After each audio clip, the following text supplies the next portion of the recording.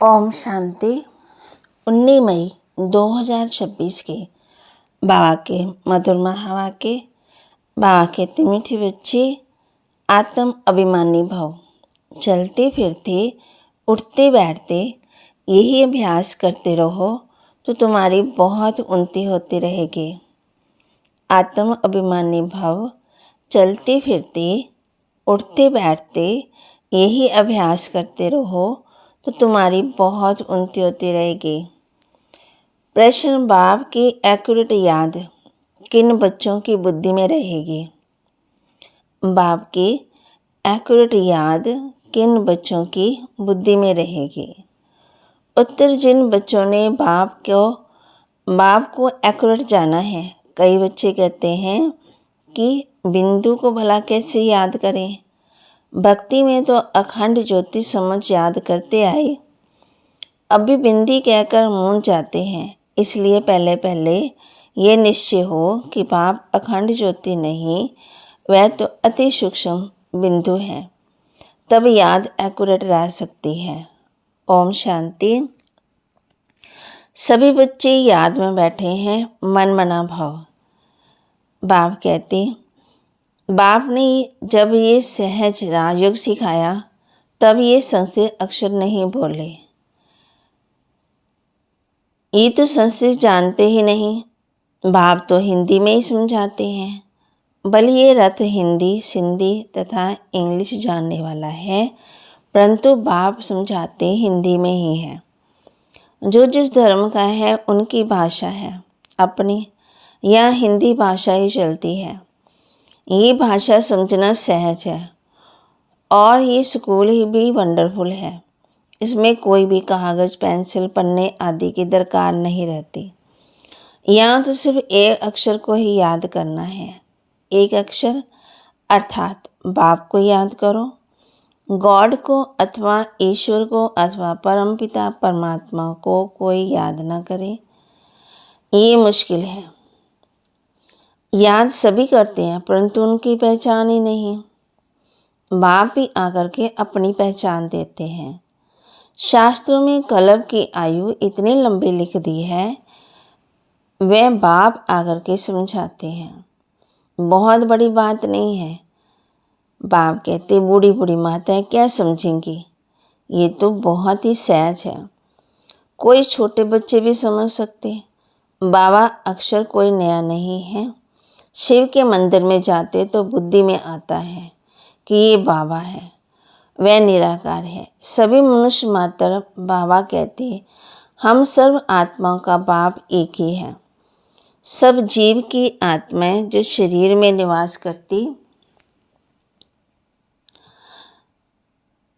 बाप को याद करती। सब धर्म वाले जो भी हैं, सब परम पिता परमात्मा को याद जरूर करते हैं। वह है परम धाम में रहने वाला बाप। हम भी वहाँ के रहने वाले हैं, तो अब सिर्फ बाप को याद करना है। चाहते भी हैं हम पावन बने, बुलाते भी हैं कि हे पतितों को पावन करने वाले आओ। नई दुनिया पावन थी, अब फिर पुरानी दुनिया, इनको कोई नया नहीं कहेंगे। भारत से जानते हैं, नए भारत में देवी देवता राज्य करते थे। जब नया भारत था तो उनके आगे क्या था? संगम। इससे भी सहज करना चाहिए। नए को आगे पुराने था। संगम को मनुष्य इतना सहज समझ नहीं सकते हैं। न्यू वर्ल्ड, ओल्ड वर्ल्ड, इसके बीच में संगम कहते हैं। बाप के लिए कहते हैं ना, हे पतित पावन आओ, आकर हमको पावन बनाओ। हम पतित बन गए हैं, नई दुनिया में कोई पुकारेंगे नहीं। अभी तुम्हारी समझ में आ गया है कि ये भारत पावन था। हे पतित पावन आओ, ये तो बहुत समय से बुलाते आए। उनको ये पता ही नहीं कि पतित दुनिया कब पूरी होगी। कहते हैं शास्त्रों में ऐसे लिखा हुआ है कि अभी 40,000 वर्ष और कलयुग पतित दुनिया चलेगी। बिल्कुल ही घोर अंधेरे में है, अभी तुम रोशनी में हो। बाप ने तुमको अब रोशनी में लाया है।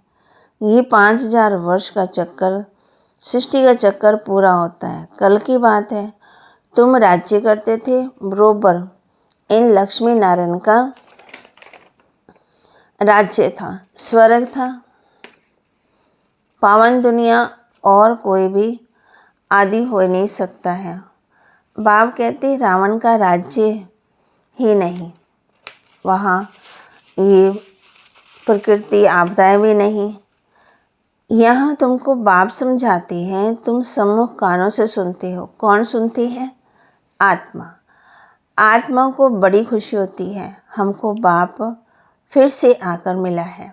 बाप से वर्षा लिया था, अब बाप कहते हैं मुझे याद करो। इसमें कोई लिखने पढ़ने की बात नहीं है।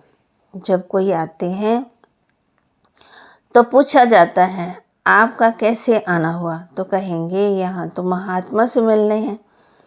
क्यों, तुमको क्या चाहिए बताओ? कोई शिक्षा चाहिए या भिक्षा चाहिए?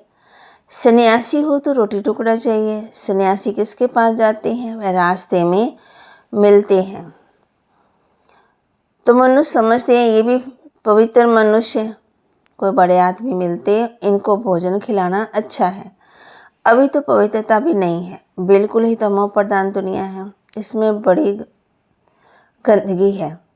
मनुष्य कितना हैरान होते हैं। यहाँ तो हैरान होने की बात ही नहीं है। बाप कहते हैं लिखने करने की बात ही नहीं है, ये पॉइंट्स आदि भी लिखते हैं धारणा करने के लिए। जैसे डॉक्टर लोगों के पास कितनी दवाइयाँ होती हैं, इतनी सब दवाइयाँ याद रहती हैं। बैरिस्टर की बुद्धि में कितनी लॉ की बातें याद रहती है। तुमको याद क्या करना है? एक बात, सो भी बड़ी सहज। तुम कहते हो एक शिव बाबा को याद करो, वह कहते हैं शिव बाबा कैसे आएंगे? ये भी तुम्हारे लिए और किसी को पता ही नहीं है। तुम्हारे सिवाय बाबा कहते हो किसी को पता ही नहीं। ईश्वर कहाँ है? वह तो कहेंगे नाम रूप से न्यारा, या तो फिर कह देते सर्वव्यापी। रात दिन का फर्क हो जाता। दोनों अक्षर में नाम रूप से न्यारी कोई भी चीज़ नहीं है, हर एक चीज़ का नाम है। फिर कह देते सबके अंदर परमात्मा है। दोनों एक दो के ऑपोजिट बातें हो गई।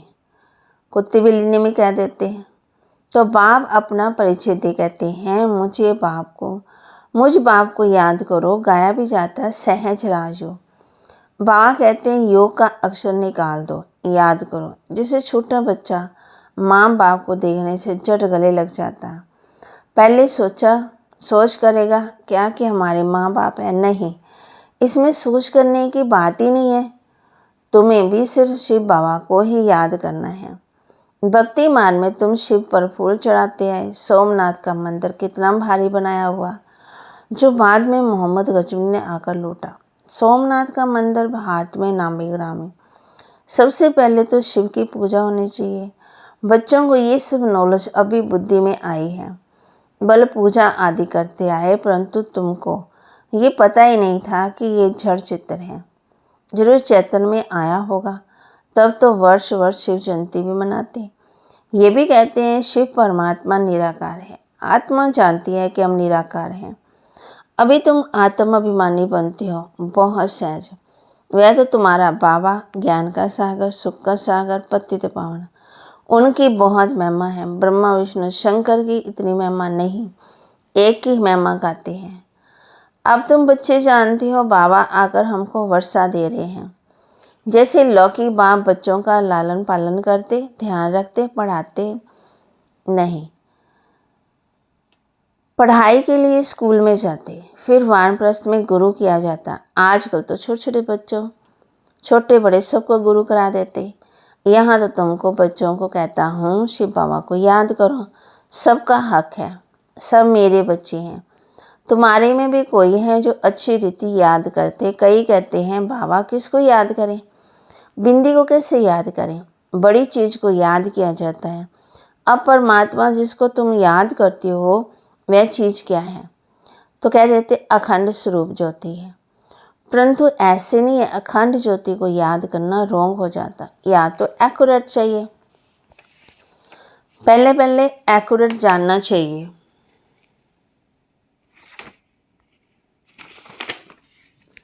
वहाँ पे आकर अपना परिचय देते हैं और फिर बच्चों को सारे सृष्टि के आदि मध्य का समाचार भी सुनाते हैं।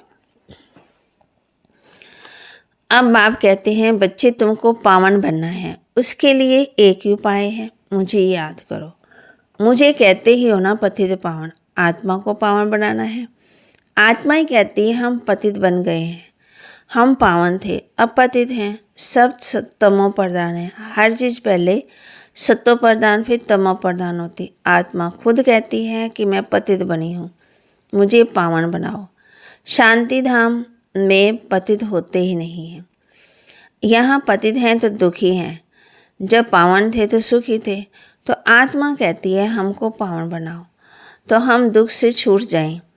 तुम कहते हो, तुम समझते हो आत्माएं सब कुछ करती है, आत्माएं जज बैरिस्टर आदि बनती। आत्मा ही कहती है मैं राजा हूँ, मैं फलाना हूँ।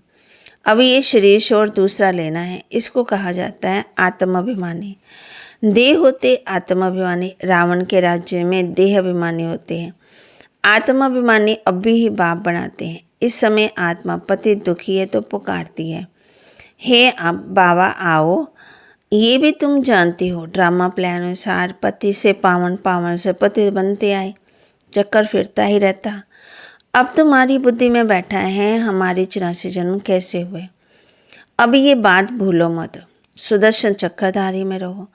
उठते बैठते चलते फिरते बुद्धि में हमको सारी नॉलेज है। तुम समझती हो बेहद के बाप से बेहद का वर्षा ले रहे हैं।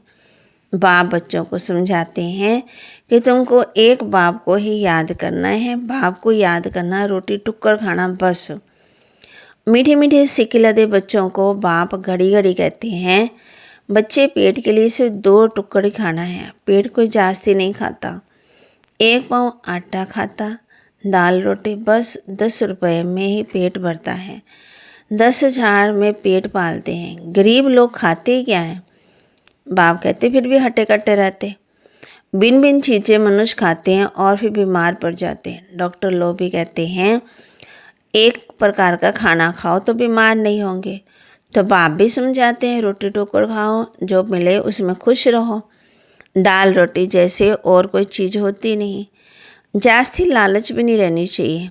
सन्यासी लोग क्या करते हैं, घर बार छोड़ जंगल में जाते हैं, तत्व को परमात्मा समझ याद करते हैं, समझते हैं ब्रह्म में लीन हो जाएंगे, परंतु ऐसे है नहीं। आत्मा तो अमर है, लीन होने की बात ही नहीं है। बाकी आत्मा पवित्र अपवित्र बनती है। तुमको कितना अच्छा ज्ञान मिला है, तुम ही प्रारब्ध भोगते हो, फिर ये ज्ञान भूल जाता है, फिर सीढ़ी उतरनी होती है। अब तुम्हारी बुद्धि में सारा ज्ञान बैठा हुआ है। हम 84 जन्म कैसे भोगते हैं, ये पाठ कभी भी कोई का बंद नहीं होता। ये बना बनाया ड्रामा है जो फिरता ही रहता है। ये कह ही नहीं सकते कि भगवान ने कब कैसे कहाँ बैठ बनाया, नहीं, ये तो चला ही आता है। वर्ल्ड की हिस्ट्री ज्योग्राफी रिपीट होती ही रहती है। इन बातों को कोई समझते नहीं है। तुम जानते हो ये ड्रामा प्लान अनुसार आए हैं, अब फिर ड्रामा अनुसार राज्य ले रहे हैं। ये बातें कोई समझ नहीं सकते। पूछा जाता ड्रामा सर्वशक्तिवान है या ईश्वर, तो कहते हैं ईश्वर सर्वशक्तिवान है। समझते हैं वह सब कुछ कर रहे हैं। बाप कहते मैं भी ड्रामा के बंधन में बंधा हुआ हूँ, पतितों को पावन बनाने मुझे आना पड़ता है। तुम सचमुच में सुखी बन जाते हो, मैं जाकर विश्राम ही लेता हूँ, विश्राम करता हूँ परम धाम में।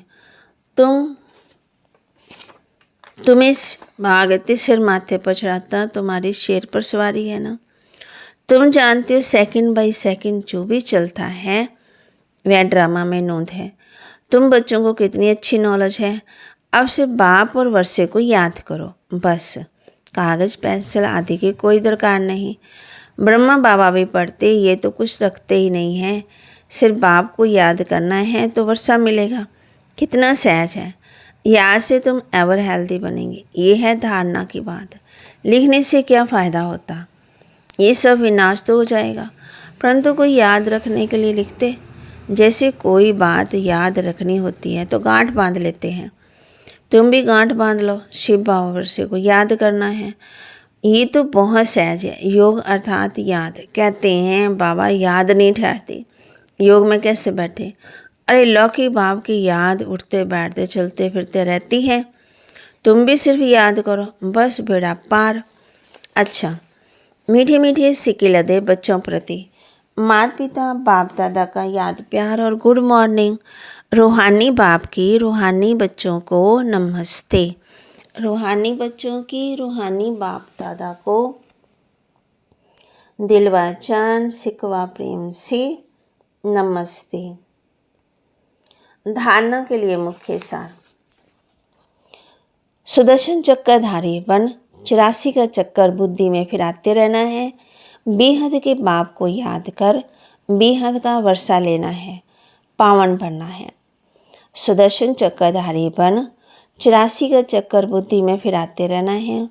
बेहद के बाप को याद कर बेहद का वर्षा लेना है, पावन बनना है। किसी भी चीज़ की लालच नहीं करनी है। जो मिले उसमें खुश रहना है, रोटी टुकड़ खाना है, बाप की याद में रहना है। किसी भी चीज़ की लालच नहीं करनी। जो मिले उसमें खुश रहना है, रोटी टुकड़ खाना है, बाप की याद में रहना है। वरदान। सबके दिलों के राज को जान, सर्व को राजी करने वाले सदा विजयी भव। सबके दिलों के राज को जान, सर्व को राजी करने वाले सदा विजयी भव। विजय बनने के लिए हर एक के दिल के राज को जानना है। किसी के मुख द्वारा निकलने वाली आवाज़ से उसके दिल के राज को जान लो तो विजय बन सकते हैं। लेकिन दिल के राज को जानने के लिए अंतर्मुखता चाहिए। जितना अंतर्मुखी रहेंगे उतना हर एक के दिल के राज को जानकर उसे राजी कर सकेंगे। राजी करने वाले ही विजय बनते हैं। स्लोगन। वैराग्य ऐसी योग धरनी है जिनमें ही जो फल डालेंगे वह फलीभूत अवश्य होगा। वैराग्य ऐसी योग्य धरनी है जिसमें जो भी फल डालेंगे वह फलीभूत अवश्य होगा। अव्यक्त इशारे सदा अचल अडोल एक रस स्थिति का अनुभव करो। सदा उमंग उल्लास में एक रस रहने के लिए जो भी संबंध में आते, चाहे स्टूडेंट चाहे साथी, सभी को संतुष्ट करने की उत्कंठा रहती। जिसको जो भी देखें उससे हर गुण उठाते रहो। सर्व के गुणों का बल मिलने से सदा काल के लिए उत्साह एक रस रहेगा। गुणग्राही बनो, अवगुणों को देखते हुए भी नहीं देखो। तो बाबा के महावाक्य को लाइक करें, शेयर करें, सब्सक्राइब करें और अपने जीवन में जरूर जरूर धारण भी करें। और बाबा ने कहा है कि सुदर्शन चक्रधारी बन 84 का चक्कर बुद्धि में फिराते रहना है। बेहद के बाप को याद कर बेहद का वर्षा लेना है, पावन बनना है। वैराग्य ऐसी योग्य धरनी है जिसमें जो भी फल डालेंगे वह फलीभूत जरूर होगा। फिर माँ ने आज हम बच्चों को होमवर्क दिया है, गुणग्राहिक बनो, अवगुणों को देखते हुए भी नहीं देखो। ओम शांति।